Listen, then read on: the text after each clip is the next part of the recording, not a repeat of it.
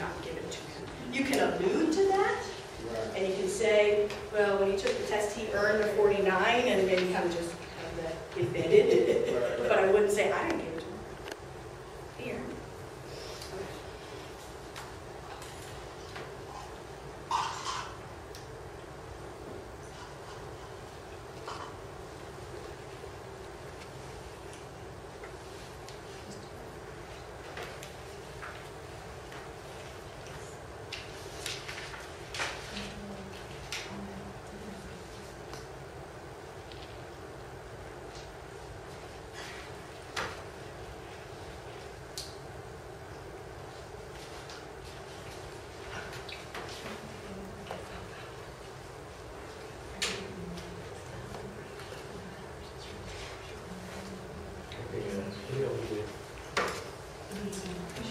Well, I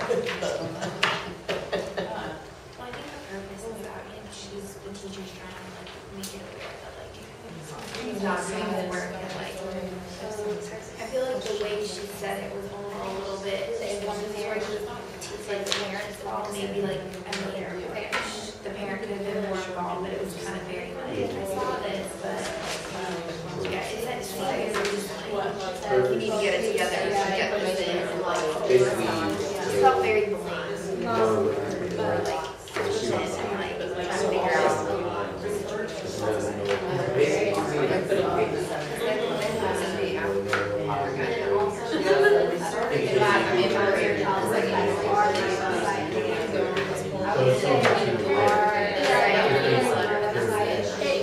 Like she did say, like she gave him a chance to do it, and nothing happened. So that's what she did for me. That's what I said to them. And then she just says,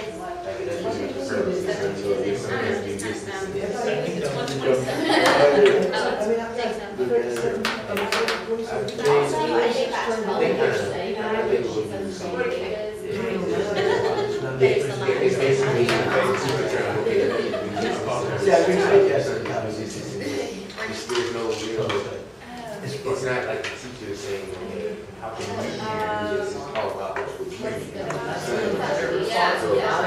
what's the teacher? Yeah, that was very like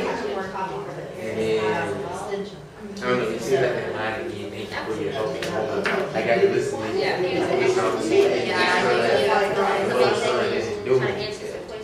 end it with thanks for your help.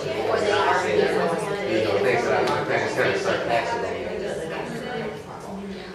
So I don't want us to run out of time. I hate, to interrupt when you're in conversations.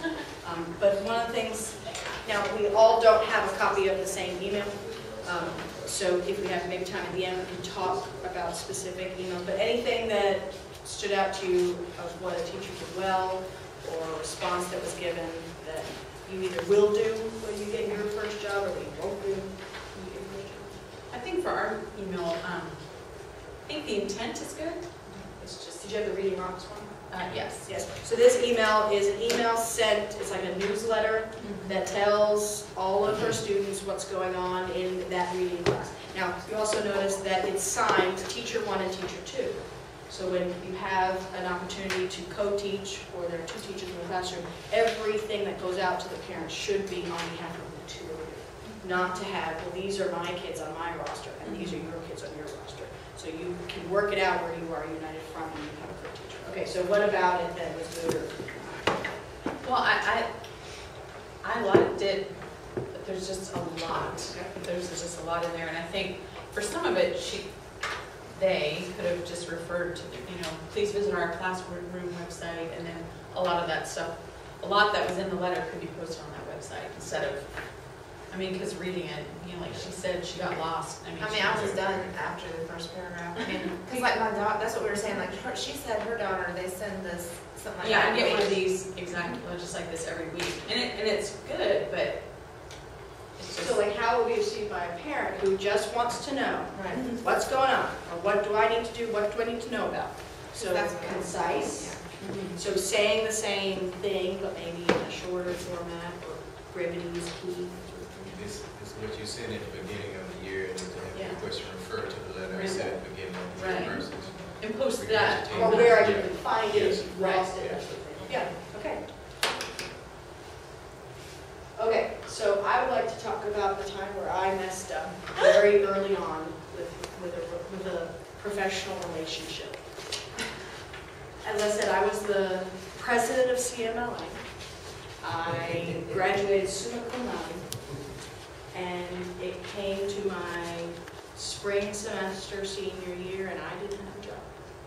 And everybody else in my cohort didn't get a job. They had jobs before Christmas. And I was getting nervous because why can't I get a job? Why? I was terrible at interviewing. Terrible. I just couldn't get over my nerves. Oh, much worse now. When I interviewed for the grad coach job, because I was confident, I knew what I was doing, I could speak to the things that I was doing. But for whatever reason, like I remember I went to an elementary school, I think it was probably my third interview, it was for a 5th grade position, and they asked me something like, what do you think the purpose of elementary school is?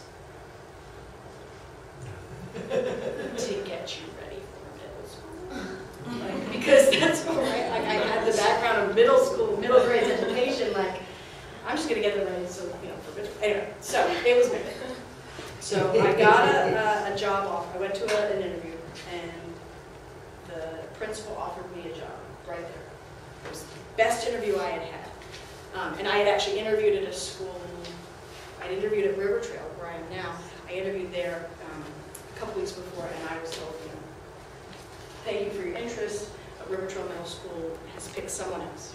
So again, I'm at this my last hope, and the principal offers me the job, teaching 8th grade social studies with the team of the year. The Georgia Middle School Association's team of the year. They had a vacancy, and I was going to teach 8th grade social studies. I didn't want to teach 8th grade social studies. And I didn't get a sense that the school climate or the environment was right for me and my personality. But I said yes. And I was kind of like, well, I guess I'll just start, and this is where it'll start for me. And then about 2 days after I said yes, River Trail Middle School called and said, well, we saw in your interview that you had you were taking the reading praxis, and we have a reading position that has just opened up, and we remembered you from our last interview. We'd like to offer you this job. And that's where I wanted to be, and that's really where my heart was. So I talked with Dr. Mizell, and I said, what do I do? Because I don't want that school, I want this school. And she said, well, I know, because River Trail called me and asked for a reference. I was like, but she couldn't tell me what to do. And I called the school that I interviewed at, and I said, I'm sorry, but I have decided to go somewhere else.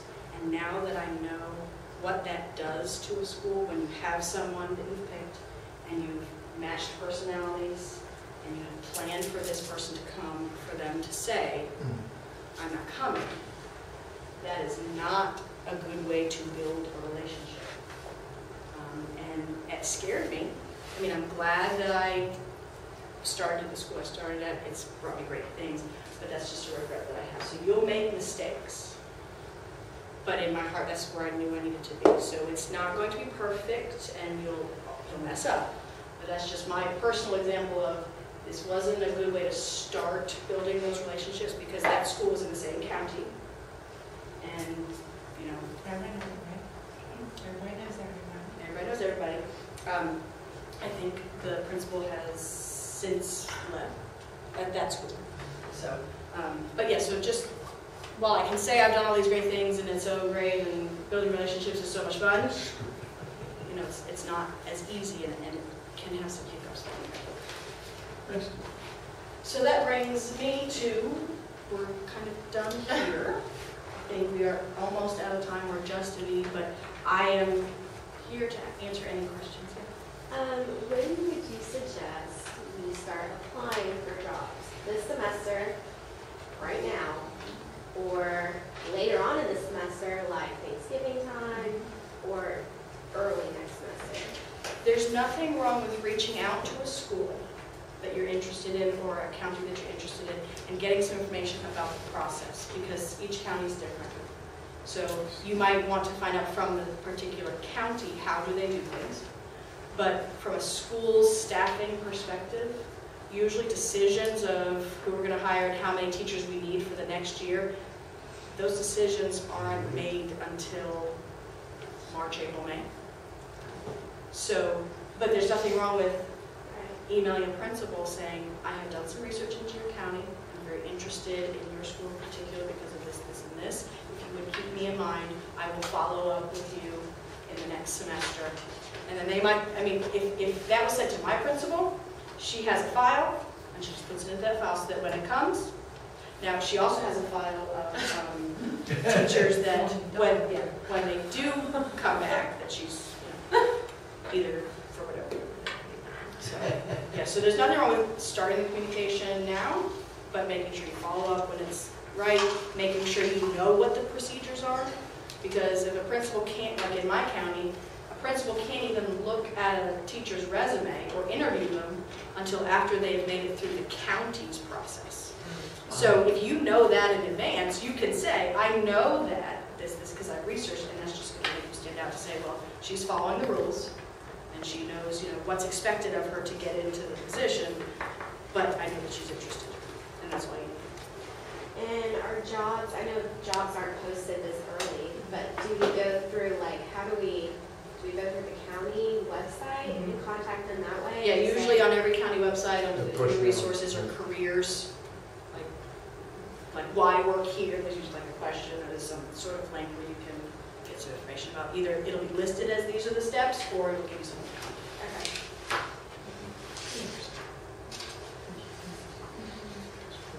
Isn't there like a statewide listing thing for job? There used to be, yeah, it used to be, but because, It's by county, yeah, because every county does it differently. And you also need to make sure that when you do start the process, that the principal knows your certification status. That you can say, this is my certificate number, or I am anticipating my certificate to arrive, because they're not going to hire somebody who's not going to be certified.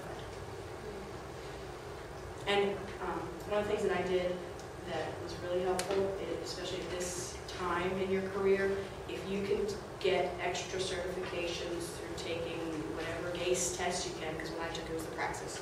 I took the praxis in early childhood, middle grades, language arts, reading, math, science, and social studies. I took all of those before I graduated, so I was certified in all those things. It wasn't later until I had my tag certification, but the reason why I got my job where I am now is because I took that reading praxis, and they said no to me, but when the reading position came open, they said, wait, Sarah said something about getting certified in reading, be a reading teacher. I'll stick around, but if you guys need a break for bathroom before you go to your next session, these are yours.